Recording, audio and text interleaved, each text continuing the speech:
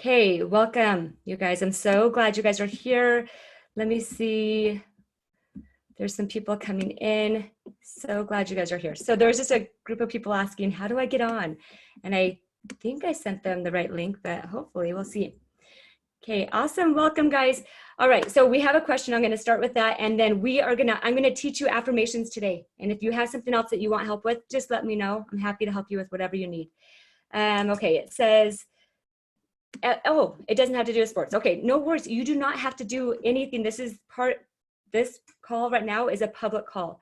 So this one is about anything you want. You just said, feel free to answer other people's questions because mine doesn't have to do with sports. But I have a question on having a healthy relationship with money during this pandemic. Okay, that is a beautiful question.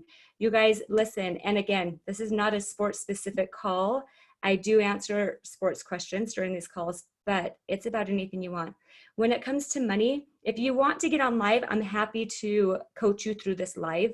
So just raise your hand if you want to be on live, and I will coach you specifically on what's going on. It always helps a lot to have your specific situation, and then everybody can learn from you.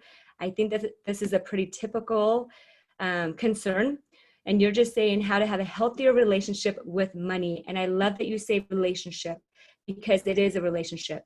Money is, think of it just like your best friend or your worst enemy, right? It's the same idea. And relationships, we've talked about relationships, how relationships are in our mind. Well, money, we feel like is so tangible. So I would love to know specifically what you're talking about. What is your relationship like right now with your money? What are your thoughts about your money? Most likely it's a scarcity, it's a lack of, or it's a fear, it's an anxiety thought, a fear of something not being there available in the future. And so whenever we have some type of anxiety or fear-based thought about any relationship, we're going to act in a way that isn't the best version of us, right? So if you have a little more, if you have a model that you can throw in there, I can help you through the model to give me a little specific, more specific help with that. I feel like I hoard money in case we both lose our jobs. Yes, beautiful. Have you ever seen the show Hoarders? But when I do get a quick $100, I want to waste it. That is no problem. We know our lower brain. Our lower brain probably, for you, probably thinks $100 isn't going to make much of an impact in the future. So why worry about that? Why not just go play with that? Because think about your lower brain. And if you have more, keep going, keep giving more information. I don't have any other questions right now. Your lower brain wants to protect you. What are you protecting yourself from by hoarding money? Well, we know you're protecting yourself from some future insecurity, financial insecurity. So that this is actually, we don't know. I'm just assuming here. But let's just say that you're hoarding money right now in order to make sure that you're safe in the future, but we don't know what the future holds. So my biggest fears are not being fiscally responsible, but not being a true servant and giving to others who really need it. Okay, there's a lot going on here. This is great. Are you able to go onto a live? Do you want to be coached? That's my question for you right now. We could work a couple models and you might find a lot of peace and understanding with what's going on. And it's so normal for everybody right now. Or I can just take one piece at a time. Okay, you're happy to. Okay, let me see if I can help you really quick. Let's just go ahead and raise your hand, and let's go ahead and go on live so you can help other people understand this too. Just raise, do you see the raise your hand button? Yep, perfect. I'm going to allow you to talk. Okay. All right. So perfect. We don't have to see you. You can just talk. Tell me exactly. We can just run a couple models for you. It sounds like you want to be able to help other people. Is that right? Yes. Okay. So you want to be able to help other people with their money, but then you feel like you need to make sure you have enough money. And then when you do get a little bit of money, you just spend it. Is that what you're telling me? Yeah. And I just want to get to a point where I don't care. It's like almost I care too much about the money. And I wish I just, like, we're financially totally safe compared to other people, yet I want to like keep control. Like I just keep wavering back and forth between like wanting to be responsible and like having control over the money, and this other part of me that just wants to like surrender and be like, I'm going to be provided for. I need to still help other people. It's just like finding the balance between the two and not worrying about it so much. Yeah, you want to find the balance. Okay, what is the balance between the two? That's what's hard for me to figure out. What is it? Tell me what your biggest fear is. What is that? If you said this part, because you gave a lot of fears, you gave a good thought download, right? Mm-hmm. We want to be able to do this and this. We want to be able to be kind, but we also want to be careful. Tell me what the biggest fear is for you. If you lost everything, what would be scary about that? That it was my fault, that I could have made more responsible decisions with that money. Okay, what is being responsible with money look like to you? I would say like using my money on things that I need, but not necessarily want, like not wasting it on toys for the kids or coffees or whatever, but to actually just use the money for what we need. Mm-hmm. And let's be think about that. responsible and saving money. Yeah. So this is all about the circumstance is just money in general, right? Or are you talking about money for your bills? Are you talking about money for fun? What kind of money, what kind of For me, it would just be money in general. It's like, I'd like to just get to a healthy, like I said, a healthy relationship with it where I can give it away and I don't feel like I'm going to lose everything. And I can save it without feeling guilty. Okay. I can give it away without feeling like what did you say? I can give it away without feeling like I can give it away without feeling like I'm being irresponsible. Yeah. Okay. So I'm writing down some of your thoughts, right? Just doing a little thought download here. What I love about this, you don't want to feel guilty about spending money. You don't want to be irresponsible by giving it all away.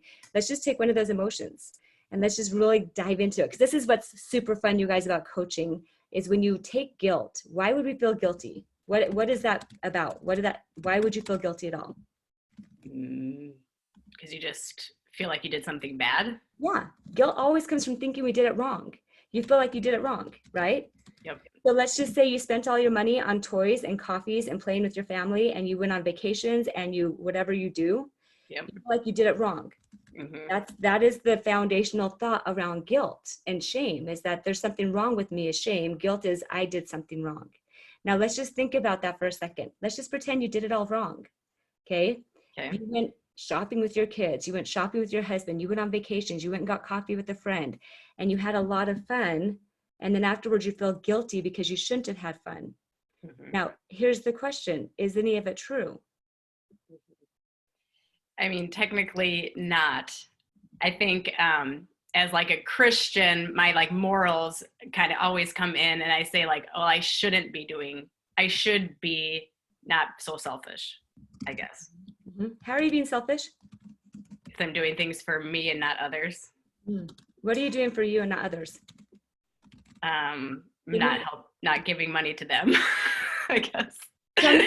Which is unrealistic that you would do that 24/7, but who are you supposed to be giving money to right now? I'm trying to figure out exactly just to get some action. And that's what ends up happening. Like I'll be like, okay, well then I should give money away. And then like I try to like figure out what I should do with it. It's like I have no idea. Yeah. It's just in my mind. Yeah. Well, here's a couple questions for you. You have no idea what you should do with your money, but have you ever not had money? Nope. Huh.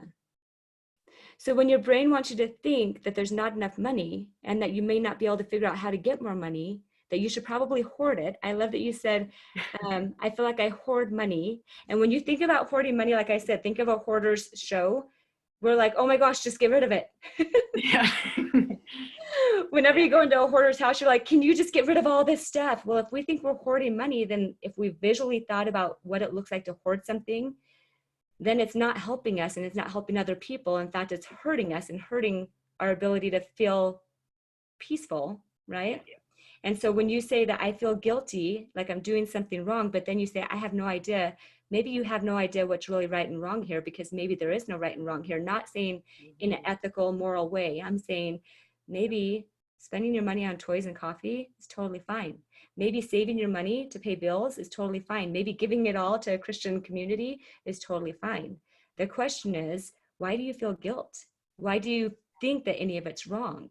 And the question is, do you like feeling that? And you can still do the same things with all of it and feel totally peaceful instead of guilty. Yep. So that's what you're saying is, I want to be able to find a balance. Well, when you say I want to find a balance, but you don't know what a balance looks like, what does a balanced checkbook look like? The balance goes to what? When you have a balanced checkbook, what does it look like? You have enough money in there. Yeah. Well, when you've checked everything off and you got everything balanced, it's a zero. Like everything yeah. Like in a nice little package, right? Yep. With the bow on top, you're like, okay, Everything adds up to 0, we're good, right? Yep. Everything's been allocated where we want it to go. Yep. If we take one of your healthy money, some of the thoughts that you have when you say, I want a healthy relationship, let's think about it of a relationship with somebody else. If you feel like you did something wrong with your best friend, you would feel bad, and what would you do? You feel bad because you think you did something wrong. So then what do you do with that friend? You try to make amends. So how do you make amends with your money? Do you hoard more to make sure you can give some and keep some? Yeah, I think that's probably the answer, is to do both, to be, saving and responsible, but to also give away. Yeah. So when we think we have to make more to make up for what we've done, how does that feel? Not good. Right. It's like a vicious cycle, right? Then all of a sudden we still feel bad, like we're still doing something wrong. And then we feel like we have to do more, which does what to us? Make us doubt even more, even second guess, or feel even guiltier. Yeah. And then it keeps us in this constant cycle of, I'm doing something wrong. I'm feeling like I'm this frantic woman trying to save all this money and be careful and give it to other people too. But I'm not feeling like there's ever any balance. But maybe the balance comes in just your thought about what you really do want with your money. What do you want? If you knew exactly what you wanted with your money, what would it look like? Just like a best friend with money, what would that look like? It's a hard question. What if it wasn't? Let's just pretend we go to this land. What do you think other people who seem to not have any problem with money, what do they do? Yeah, I think that people, like, I just envy the people that just don't even think about it. Like, Right. they just live their life, and it's not a pot of gold, and it's not something they're scared of losing. It's just there. Well, okay, let's think about that. If it's not a pot of gold and they're not afraid of losing it, right? Anytime we're in scarcity, it's because we're afraid we're going to lose something or do something wrong. Okay. Right? If we're not afraid of losing it, let's go there. What if you did lose it? What would you do? What if you lost it all? If I lost it all, I would play the blame game and think like it was all my fault, that I would have, should have myself. I should have done this. I should have done that. Right. But what would you actually do? But yeah, I mean, what would you that's do? the reality, is that we would have family that would be there for us. I mean, worst case scenario, we'd be homeless on the street looking for food. Is there food on the street? Yeah, technically. Yeah. Could you survive on the street? Yep. That's the worst case scenario, but what would you do? You probably wouldn't get that far. No. What would you do if you felt like all your money was just gone? Like all the banks across the nation just lost everything and there was nothing for anybody, right?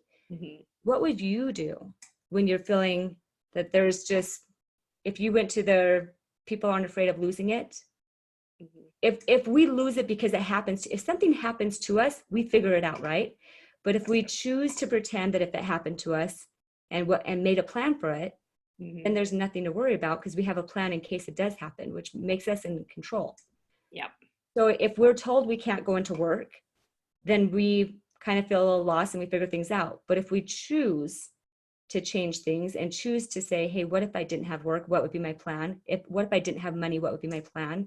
What if I wanted to be able to go on vacation with my family and save money and not feel like a hoarder? Feeling like a hoarder is just a thought. We know that. And hoarding just comes from scarcity of what if I don't have enough? Yep. But what if there was nothing for anybody to do as far as working? And for you, what would you do? You said you'd sleep on the streets and find food. But what would you really do with you and your husband and your family? What do you think you'd actually do? I think, the people who we are, is that we would just build relationships with who we had and make the most of what we had in that moment. And that's just being there for each other. Simply that. Yeah, if nobody had any money, nobody had money. Yep. And we would just have relationships and support and each other. And that's it. Yeah. We would just help each other. Yeah. So if somebody who's not afraid to lose everything knows that if they lose everything, they always have relationships, because it sounds like what you're saying, if you lost all your finances, you would just build relationships. Yep. And when you build relationships, you build value. And when you build value, people ask you to help them more. And when they ask you to help them more, things start opening up as far as security and finances and whatever that looks like. Yep. Interesting. So your lower brain, we know why your lower brain wants you to be hoarding, and we know why your lower brain doesn't want to see $100 as significant. Like, just go spend that. That's not going to do anything for your future. Yep. Right? Is that what you were saying? Yep. Tell me why your lower brain would want you to, what is it doing to protect you by thinking that you need to protect money and you're afraid to lose money, but you also want to help people because you're a Christian? How is that protecting you in any way? Well, it's protecting me. The hoarding is protecting me in that it's like preparing me for survival. It's making sure that I'm in control and prepared and all those types of things. Mm-hmm. But in regards to being satisfied, my personal satisfaction comes in helping other people and the relationships. So that's where my other brain is like, well, I still want to give it.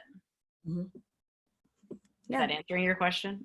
Well, yeah. No, well, the thing is for you to answer your own question is that your brain said, this is what you were saying is, how do I have a healthier relationship with money? Literally, during this pandemic, relationships are all in the mind. We know that what do you think about money is that you are afraid that you might not have enough in the future. What do you think about money is that there's not enough. And when we had that, what does money think about you, right? Money, what do you think money thinks about you? Nothing. Nothing. It doesn't matter what money thinks about you, but you think there's not enough. So this friend isn't being enough for you, right? Mm-hmm. And then the question beyond that is, what do you think about yourself in regard to how you spend money? That's the question that you're asking. Yep. What's your thoughts about you around money, around this person, around this relationship? Mm-hmm. Is that, it sounds like that you don't think that you're responsible, that you don't believe that you're capable of making wise decisions. And then the guilt and the frustration comes in, or you just said guilt and you had one more emotion too, that maybe the guilt is, I don't know if I'm able to show up around money in the way that other people are. And so I don't think that money is going to supply me what I need. This person, this friend, if you think about it as a friend, isn't going to be enough for me. Mm-hmm. And so it's really beautiful to think about relationships. When you say relationships with money, is if we think that there's not enough of somebody, then we treat them different. We start acting like they need to be different. They should be different. They should be showing up better for us. And then our relationship with ourselves goes down, because then we start acting kind of like a crazy person. And then we start spending less time with people that we do love relationships with. And then we think of money as a villain. And then we feel like a victim to it. Mm-hmm. Right? And it's like money's driving is deciding how we're going to feel, which is never true. But let's just change some of these thoughts. It's just fun to flip them. This is what affirmations are about anyway. So I'm just going to help you flip some of these thoughts, because I wanted to talk about affirmations today. Perfect. Okay? And one of your thoughts was, is if you don't have enough money, it's your fault. Okay. So let's just flip it in a few ways. So it's possible. I love when it's flipping. It's possible. This is a different affirmation, because our brain is finding evidence for everything that we're believing. So your brain's finding evidence that you're a hoarder of money, and your brain's finding evidence that you're not a very nice Christian woman. Yep. And your brain's finding evidence that you should be doing more for other people, and that you have no idea what to do with your money. None of that is true. It's just, those are the thoughts that we're looking at. So those are the ones that our brain's going to go to work to make sure that we can say that we believe our thoughts. So what we're just going to do is we're just going to give our brain some other things to think about and to find evidence for. We're going to find evidence right now for it, just so you can just play with it. All right. So let's just find the thought. One of them that you said was, which one was I saying? I had a few of these here, that it's your fault, that if you lose money, it's your fault. So it's possible that, tell me a flip of that. There's a lot of different ways to flip it. Well, it's possible that it's not my fault. It's possible it's not your fault. How could there be evidence for that? Give me like 3 pieces of evidence. Well, I mean, I think the world circumstances are just, it is what it is. I had nothing to do with us losing our jobs. It's a virus that does. So that's not my fault. You didn't fire yourself? No. Right? And the world kind of did this to you, which makes us feel like a victim, but this is good for us to have evidence that there's other ways to see this. But what's another way to think about it? It's possible it's not your fault. If you lose all your money, it's possible that it may not be your fault. What's another way to think about that? How could that be true? There's the world, you didn't fire yourself. What else? Yeah. Well, I think there's just a lot of decisions that go into play. So I don't think every single thing has to do with me. Yeah. Yeah. So that just kind of helps you see, wait a second, maybe if everything went down, instead of feeling guilty that it's my fault, maybe it's possible that none of this financial ruin is my fault or just my fault, right? Yeah. And when you think of evidence that way, you're like, hey, there's a lot of factors that go into play here. And if you also think of yourself as, well, so that's one of the thoughts. I'm just going to give you 3 thoughts that you gave me. We're just going to flip them just for fun. This is how I like to solve some of these things, because we have to give equal time to both sides of our brain. Our lower brain likes to believe that everything's going to go terribly wrong if we give all of our money away. It's going to go terribly wrong if we hoard it all, because then we're going to feel like a selfish, guilty, terrible person, right? And then if we're hoarding it, we're going to feel terribly wrong. So we just give that validation. Yeah, if I keep it all, man, that would feel good. And then we're like, no, it doesn't really feel good. So we give equal time to the other side. It's possible that if you gave it all away, because that's one of your fears, is if you give all your money away, which I don't think you give it all away, but if you did, if you gave all your money away, what's the flip side of that one? Because you want to say it's possible that if you give it all away, then you won't have any. It's possible that the more I give, the more I'll receive back. Can you find evidence for that? For sure. I think there's a lot of times where, whether it's mentally or physically, like when you give to other people, one, you feel really good. So you're receiving that emotional part back, but also it's like whenever you do good things in the world, you end up being provided for. Isn't that interesting? That was so easy for you. Yeah. You just found evidence so quick with that. So that's one of the fears that you have. And yet you have so much evidence so quickly that your brain's like, oh, this is easy. But the thing is, it's a difference between this is easy and do I really believe it? Yeah. Right. So we're just going to play with it because you found evidence. All I'm doing is taking some of those thoughts that you gave. Let's see. I feel like I hoard money. My biggest fear is being fiscally responsible. So these are just different thoughts that you gave. So let's just do, you tell me. Let me give you some of the thoughts back. And those of you who are listening, this is so pertinent for I hear this so much right now. All of these thoughts, these are very similar. I don't feel like I'm being responsible. I'm afraid I'll be irresponsible. And it says, you just said, people who have money, they don't think about it. They don't think about money, and they're not afraid of losing it, right? This is some of your thoughts of people who have a good balance. Because I said, what does a balanced life look like with money? You said that people who have it, they just don't even think about it.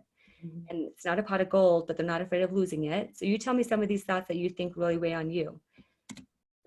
I think the thought of like, I have like certain role models in my life who they have the look like they don't waste their money, but they're also responsible. Like they live this perfect life where they don't think about it. But I think if I flop that, I would say that's just really not true, that they have a survival brain just like we do, just like I do. And I think everyone's in the same boat of wanting to make sure they have enough money to provide for themselves, but to also be generous. Yeah, to provide for themselves. So here's the beautiful thing. As soon as you write those things down, and this is one of the things I always suggest, is when you feel like you're doing something wrong, when you feel a little guilt, like you should be able to do something better, like you're a little confused, you said, I don't know what to do with money, which is interesting because as soon as you write that down, your higher brain will be like, what? Yes, you do. Come on. You've never not, when I said, have you ever not had money? You're like, no, I've always had money, right? When you write them down, you see them, it's easy to say, oh no, I don't really believe that. But because there is some foundational belief there, it does impact how you're feeling, how you're showing up, the way you're handling money. If we wanted to believe thoughts about money, what would be your money thoughts that you would want to believe? So you know that you do know that they don't waste their money. They're also responsible, those people, but you don't waste your money. You're also responsible and you have a survival brain just like them. They all want to make money. Like your brain wants to say they don't even have to worry about it. Like they just got it made and they play and they're responsible just naturally. But as soon as you get it out, you're like, wait a second, we all have that brain. So if you did have a belief that you'd want to work on, just an ideal belief about money, what would you want it to be? What would be your ideal relationship with money? I think my ideal relationship with money is getting it to a place where it's I don't need money to live my life. Not that I have like this, like I love money type of mindset, but I want to be able to how do I want to say that? I want to be able to just like, it's like truly treat money like as a circumstance and like just know that I'm always going to be provided for and that I can give it away. Like just not care about it as much or not worry about it so much. Okay. This is what I would suggest. Okay. I think it's beautiful what you said, but when I said, what would you want to believe? That you want to get to a place where you don't need money to live your life, where you just don't worry about it very much, where you want to be able to treat money as a circumstance, right? You know that money is just money. We know that that's a circumstance, but what I would suggest is putting that into your affirmation of, I'm grateful and happy that I've always had enough money to pay bills and to have fun. Is that true? Yes. Oh, well, that's kind of a fun affirmation to give some time to also. Because it sounds like your lower brain wants you to be afraid, which is going to cause you to do things that are not the best version of you. If you're coming from guilt, then you're probably going to give more than you feel is really responsible. If you're coming from fear, then you're going to hoard more than you really need, where you can maybe serve a little bit more. If you're coming from compassion with yourself and abundance, then you're going to be grateful. And gratitude, the science on gratitude is huge. And I love writing affirmations that come from, I am grateful. I'm grateful that I've always had enough to pay my bills and have some money, some extra money to play. I've always had enough to be able to play with my kids and buy them a toy and go for coffee. I've always had enough to pay my bills and plus some. And something that's really beautiful is when you give space to both sides. Of course, your brain is going to be loud, your lower brain, because it's supposed to be. And your lower brain is going to say, hey, there's just not enough. And with this pandemic, it's going to be hard to go back to normal. And people are like, it's never going to be normal again. Whatever that is, that's totally fine. But in this moment, right now, for you, have you paid your bills? Yes. And if you hadn't paid your bills, you had said there's family that could help you. And if you had no family that could help you, like we can go down that road. But when you take it from the moment where you're breathing, you have a house, you paid your bills, and maybe you even have $1 that you can go to the dollar store and buy a toy for your child, right? Yep. So it's really cool when you bring it back, it's called like pulling the lens back to the actual moment right here, because your brain wants to run away. Like every toddler's like, but I need this and this and this. And when you pull it back to the moment where you're like, I am grateful for this moment. I am breathing. I have a house. I paid my bills, and I have an extra $5 bill in my wallet to go buy a coffee with a friend. Even though we're not seeing each other, we're just going to drink coffee across with the I'm gonna have Starbucks bring a coffee to her door so we can sit here on a virtual call and drink coffee and talk to each other across the right. Yep. So I'm grateful for that. When you pull back the lens to gratitude, it just changes everything. It shifts all the focus and it brings you back to the present moment, which always feels better because we're breathing right now. And I am grateful has so much science because it releases chemicals that feel peaceful and that actually change your energy level and that make it so you want to go give more and you want to be more responsible. And when you said, I want to find balance, the balance is right now, you're breathing. The balance is you have enough. The balance is you have enough to pay for your bills.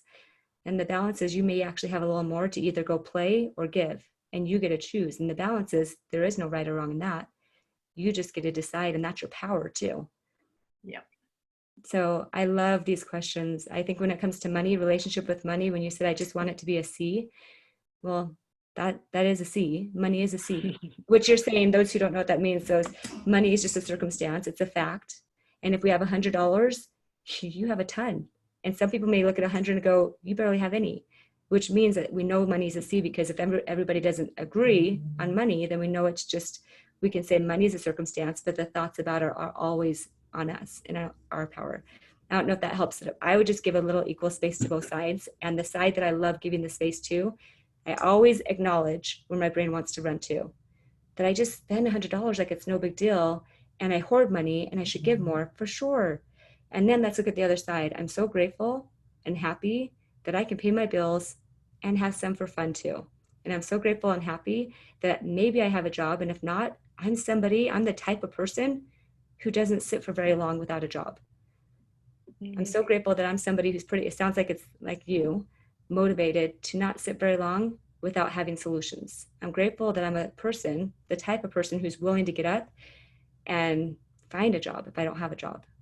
And if I lost everything, you said I want to be like somebody who is okay if they lost everything. Sounds like you're somebody who, if you lost everything, you'd be totally okay. Yep. So write some of those down too. Just give equal airtime to both of them, and that's a balance, right? Yep. It's not a problem to have the side of I'm a hoarder and I'm not very nice and I'm a selfish Christian person. That's totally fine. We're supposed to think those thoughts to keep us from serving, to keep us from giving, to keep us from spending money on things that we think might be frivolous. I should be more responsible. But then what does that kind of life look like? And you said it's not very satisfying. Mm-hmm. So then the satisfying life is realizing, hey, I have enough.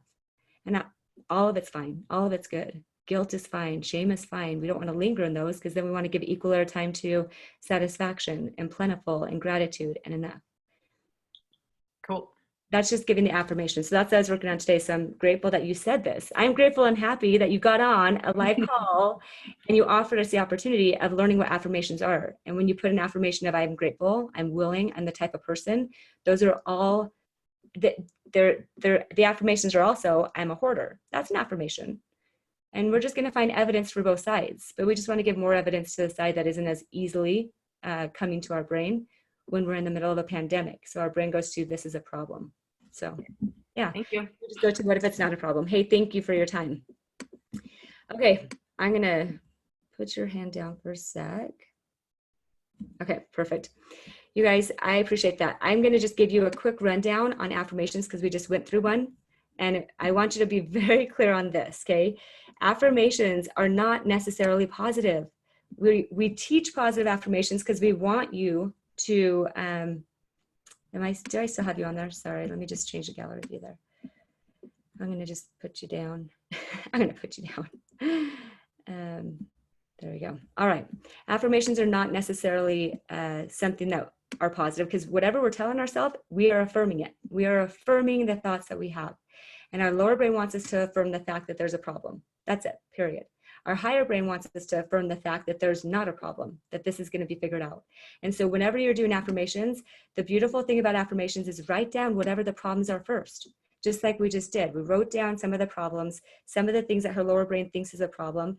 And then all we did is we flipped them. So I like saying, hey, this is flipping coaching because we flip the thoughts to be something that makes it so it's not such a problem. And we give equal time to both sides. And when you start doing that, you're going to find yourself gravitating to the energy, literally the energy, because the chemicals that we release from focusing on thoughts give us more or less energy. And when we have more energy, we feel better. And so we're going to be gravitating to the energy that's released from the chemicals moving inside of us from gratitude thoughts, which is what I was suggesting, is I am grateful and I'm happy. If you just start that, the affirmations that we teach in sports, I always say, hey, there's 4 things. There's 3 when you look in the books. But number 1, you always want to start with a statement as if. So I am is just like as if I've always been this way. I am is a great way to start. Another way to start is going with, well, I am is one of my favorites, but I'll say things like, I see myself. That's another one I like to say. I see myself doing this because this is who I am. I'm the type of person who always does this. That's a great one. I will also start with it's possible. If my brain doesn't connect with I am, I will say it's possible that I'm becoming this kind of person. Now that is future. That's not the affirmations that are the strong ones, but that is still one to get moving. It's possible that I'm the type of person, or I've always been the type of person. That's a great way to start. I'm giving you just starters for affirmations to give you equal balance time for the other side. It's possible that I've always been the type of person who it has been grateful that my bills are always paid for and I've always had extra. I've always had plenty, right? It's possible that I've been the athlete who always shows up in a confident manner during competition. And when your brain's like, oh no, here's the competition, you haven't been working out as normally as we usually do, this is going to be a problem, we can go to the other side of it's possible. Instead of I am a person who competes well, it's possible that I've always been somebody who's competed well. It's possible that I am the type of person who overcomes challenges on a regular basis, and it's fun for me to overcome challenges. It's possible that I'm the type of person is always a fun way to start an affirmation if you're not quite to the I am stage, okay? So you always say, I am some type of version of as if I've just become this person always, I've always been this person. Then you always add just very specific. What is it that you're trying to do? So when I was trying to find out what's the specific issue with the money, one of the issues that we were just talking about, with this person on the call is that she thinks that she doesn't know what to do with it. Well, that's a little bit of a broad situation. It's fun to get a specific situation. So if you're the type of person who believes that you spend every time you get $100, you spend it immediately, and you don't like that, that's not a problem. I get $100, I spend it. That's just a fact. Now, what you think about it is the problem. So if we believe that we shouldn't be spending $100, that that's just frivolous spending, we're going to feel a drop of our energy. So that would be one affirmation. I'm somebody who spends money and I waste money essentially. But then we say it's possible I'm the type of person who earns a lot of money and I always have extra money so I can spend it for fun things. So that $100 is just because I earn money. I always earn and spend and save really well. So I always have extra to be able to spend. So that's just one of those things I am, and you give a specific situation, which is fun, because then your brain attaches and anchors to something. And then you make it positive. You don't want to say things like, I'm somebody who never loses things. I'm somebody who never, using the word never or don't or not, those are the kind of words we want to leave over on the other side, right? I'm just somebody who does do these things. I am a person who does this thing. I'm a person who challenges myself. I'm a person who tries to reach for something right outside my belief, because I like seeing how far I can go and how soon I can get there. I'm somebody who it's possible that I'm learning to become like this, right? You can go a little bit in between, that's fine. But when you get to I'm somebody who balances my money really well. I'm somebody who always puts responsibility first. And then because of that, I always have extra. I just am somebody like that. I'm somebody who wakes up ready to do things during the day. I'm not somebody personally, and then my brain affirms this every day, all the time. I am not somebody who likes to sleep in. As soon as I say that, you guys, my brain's looking for evidence that that's true for me. I am not somebody who likes to just eat stuff all day that I don't believe makes me feel good. Okay. And my husband, whenever I eat, to me, food that makes me feel less energy, he's like, that's just a thought. That food is totally healthy for you. I'm like, well, that's interesting, right? You want to challenge all of it. But I believe the food I eat gives me more energy. And so I reaffirm that by eating more of that food. Is that true? It's true for me. Does it give me energy to do more? Yeah, that's what I want. I don't care about the food. I don't care about the money. I want to reaffirm things that help me create something bigger and better for me. That's all I care about. And for you too.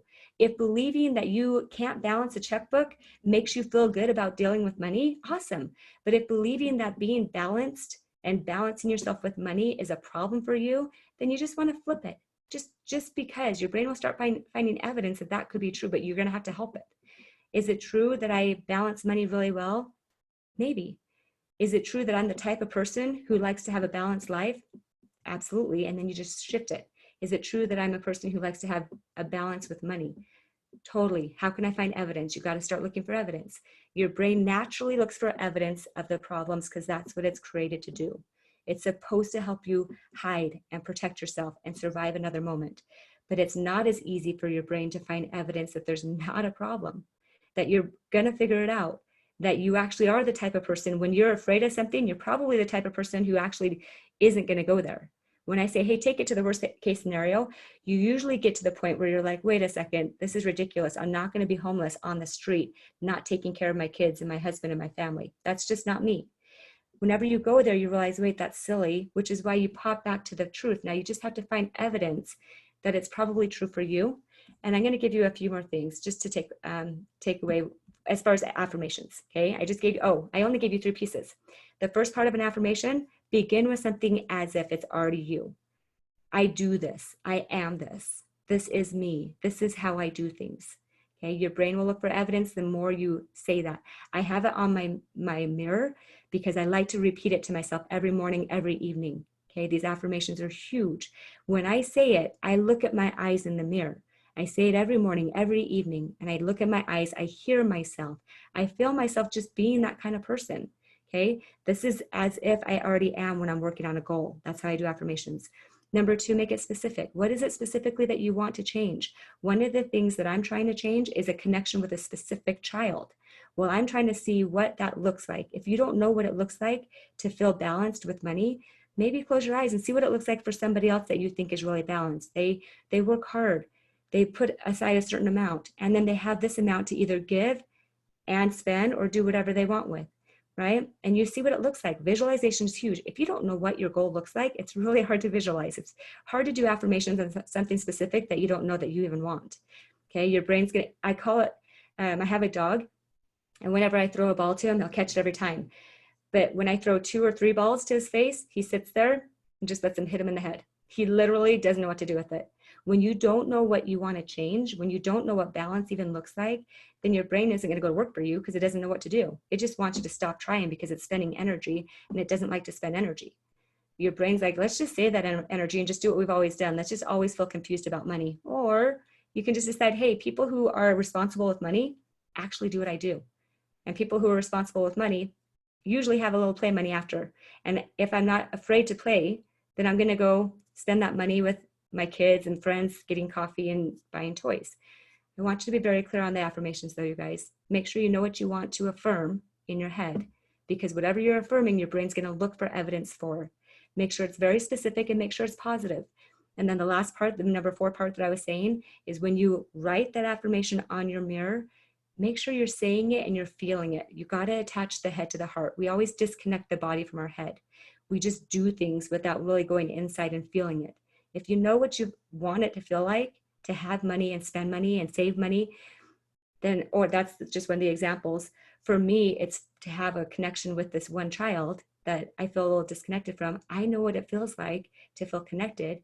I'm going to see that. I'm going to feel that emotion. When you can get to the feeling, then the energy changes literally, because feelings are energy. It's a movement of chemicals that are creating energy. And when your energy is such that it makes you want to go take better action, you're going to connect differently with money. You're going to connect differently with your business. You're going to see things differently with that child that you're struggling with. And everything gets bigger and better and more open. That's the way it works. But when you fall into the side, which we all are going to do every single day because we're supposed to, write it down on the side that makes you feel closed and scared and nervous, like you're doing something wrong, which is the shame and the guilt. Okay? Write those down. They're not a problem. Entertain them for a sec. Give your toddler some candy for a second. That's your lower brain. And then go spend some time with your future, which is the person who you know you are. Okay? The best version of you. So that's affirmations, you guys. I hope that helped. Does anybody have any questions about affirmations? If you don't, then we'll be done. But otherwise, I just want you to know 4 steps. Well, I guess there's 5. You got to make sure you know what you're affirming.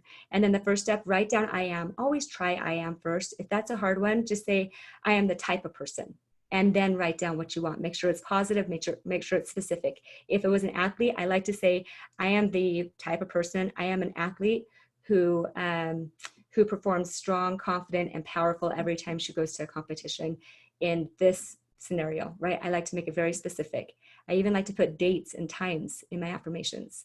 I am somebody who was capable or did this on this day and this time. Even if it's a future day and time, I say it as if it was a past day and time.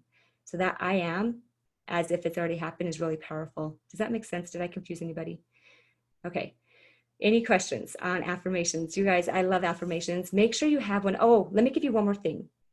I love to have an affirmation on my mirror that I call my mission objective, my bigger vision. The reason why I am trying to connect with my child is because I'm becoming somebody that I want to be. I'm becoming a better version of me. I want to see what else is possible. I want to see what else I'm capable of. I want to see how else I can help the world. I want this year, mine on my mirror is I want to overcome the world. That's my mission objective. And then I have my affirmations underneath it. So my mission objective is my big affirmation. I'm trying to separate myself from anything outside of me that seems to make me think that it has any power over me. So I never want to feel like a victim again. So that's my overcoming the world, is realizing that I am in control at all times, just like you are. So that's my big mission objective. Underneath that, I have things like, I'm so grateful that I wrote this 4-book series for these athletes, because I think it's going to help them. So, or that it helped them. So I have my affirmations in there, but right now I'm working on one with just a specific child. And I think that if you can increase that energy from coming from a place of gratitude, which is one of my, I am grateful, I am happy, I am thrilled, I am the type of person, I am somebody who has always done blank, fill in the blank. What is your thing that you've always done that you want to believe you've always done and you're going to? So you just live as if you have, and then you step into that role because your body creates the energy to do that. hopefully that helped you guys. I love affirmations. If you need specific help with one for you, let me know. We will break it down to make one that's just specific just for you, because they're worth having on your mirror. They're worth waking up to and going to sleep to. And then you literally create different energy, and you literally help different people. You see different people. You engage in your life differently. All right. Okay, you guys, that is it. If we don't have any more questions. Oh, sorry, we do. I didn't answer. Okay, how many a day? How many steps were there to create them? Okay, sorry. Let me make sure. And if I didn't get that right, if I'm not understanding this right, let me know. But how many times do you say the affirmations a day is what I'm assuming. I say my affirmations in the morning 10 times. Now, let me tell you a couple things that have been really cool that I've learned about. If you guys haven't heard of aromatherapy, there's a lot of connection between when you smell something, memories come back really fast, right? When you hear something, like when you hear a song, something triggers different experiences, and those emotions get released really quick, right? When you're doing affirmations, one thing that I just learned from a friend who's an aromatherapist is she had me do my affirmations with a certain oil on my hands, and she had me smell. So I usually say them, 10 times a day, in the morning and in the evening.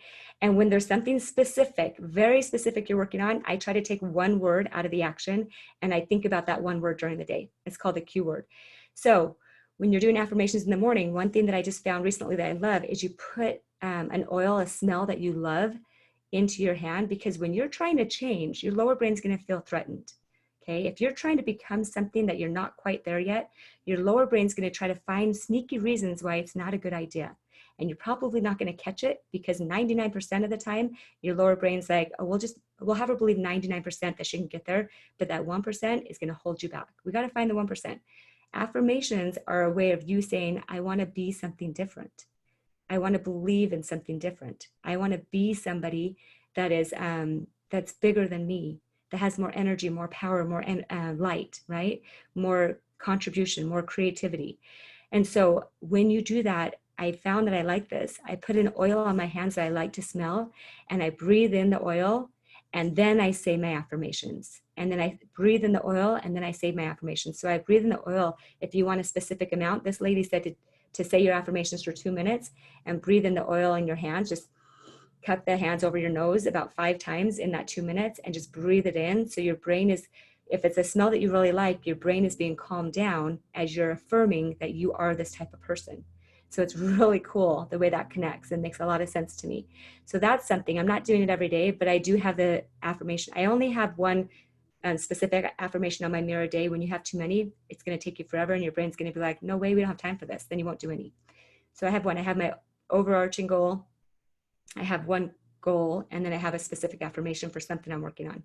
So there's that. Breathe into your hands, smell it, and then say the affirmation. And then one more thing she suggested, which I think is great, is if you're not an athlete, for athletes, I have them actually physically do whatever the little thing is that they're trying to do to change. Like if they're trying to get faster, I will have them squeeze the muscle that they think will help them get faster. For you guys, what I would say is if you're breathing it in, she had me stand as a superhero, which we all know about power poses, right? If you don't, look up power poses on TED Talks, and it's so fun. You feel ridiculous. The first time I did it, I'm like, I feel ridiculous. And she's like, I know, but it's so fun, because then all of a sudden you are standing, because your brain, you're believing, hey, maybe there's something to this. That's the only reason why you're willing to, right?